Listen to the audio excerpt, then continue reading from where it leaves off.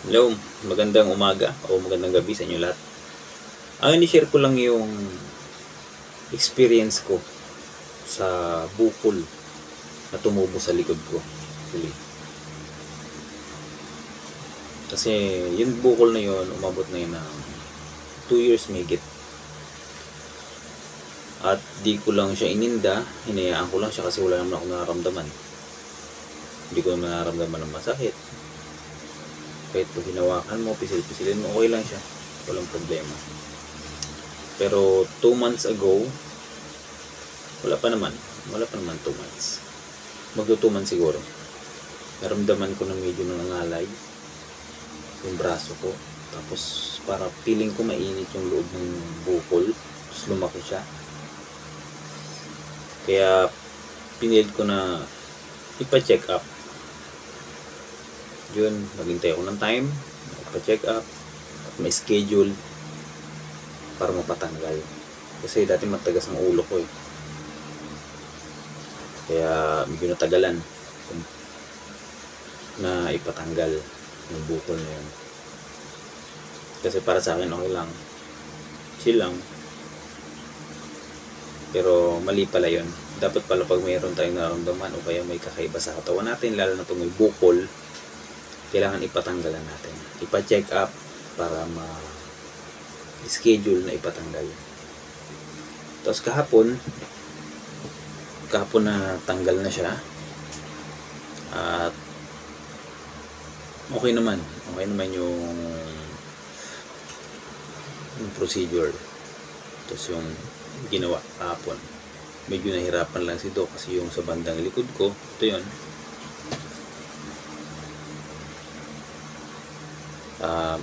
Sumiksik daw yung lipoma kasi yun eh. Sabi daw lipoma daw. Sumiksik yung, hindi ko alam mo ang tawag yun, taba mismo. Hindi naman laman yun eh. Taba na sumiksik dun sa pakpak sa likod ko. Kaya nahirapan tanggalin. Na kailangan talagang hilahilahin.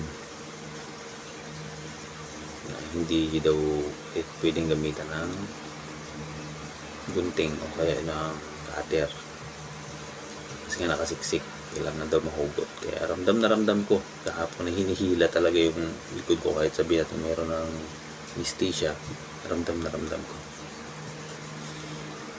Tapos yun sa braso ko, actually ito yung mas matagal na ginawa, mas nahirapan yung doktor kasi nga sumabog daw, nadurog. Kaya nahirapan siyang tanggalin paunti-unti yung bukol. Mawala ng bukol eh, nadurog nga.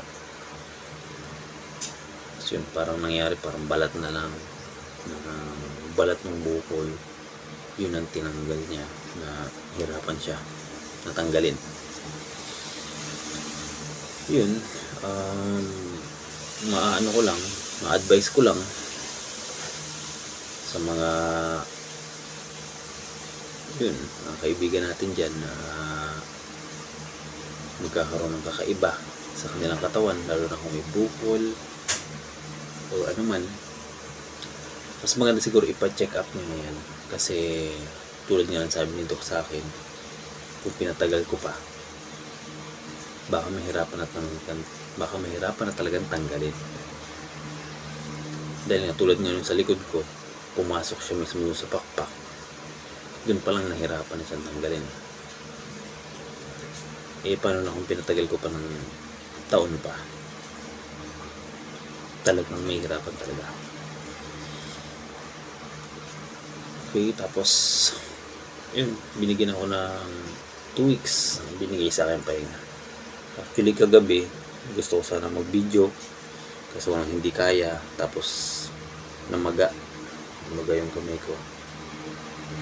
Meron ako ng singsing kagabi, kahapon actually, hindi ko na tinatanggal yun. Pero kagabi, na bandang alas 7 o alas 8, naramdaman ko na parang masikip yung singsing. Pagtingin ko magang-maga yung daliri ko, hindi, yung kamay ko mismo. Dito pa nga siya. Tinanggal ko kagabi. pinilit ko talagang tanggalin kasi baka ako lalo pang mamaga yung kamay ko, yung daliri ko, baka lalo magka-problema. Kaya kahit kagabi, kahit dumudugo-dugo, talagang pinilit kong tanggalin yung singsing. Kaya sabi ko, kung hindi ko tatanggalin to, ako rin yung may hirapan. O baka umabot pa sa putulin yung singsing. Ayaw ko naman putulin.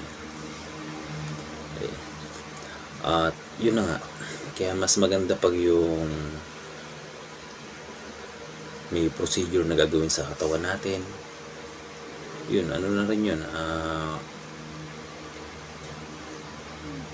Yun, aral na rin yun sa akin.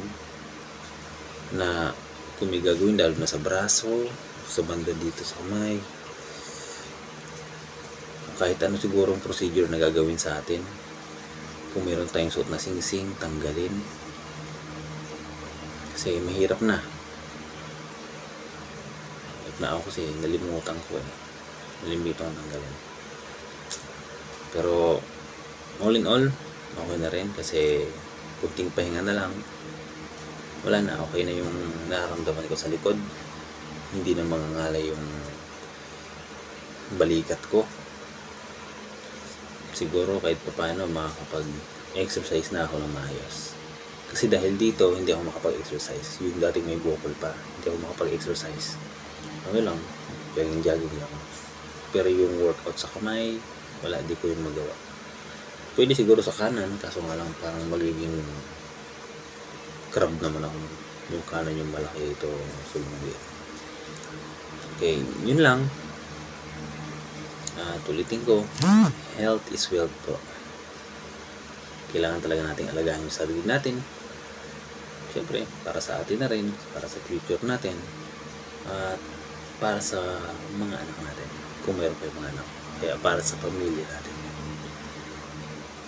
lalo na sa mga inaasahan ng kanilang pamilya. Kaya maraming salamat sa panonood. God bless you all po. Keep safe.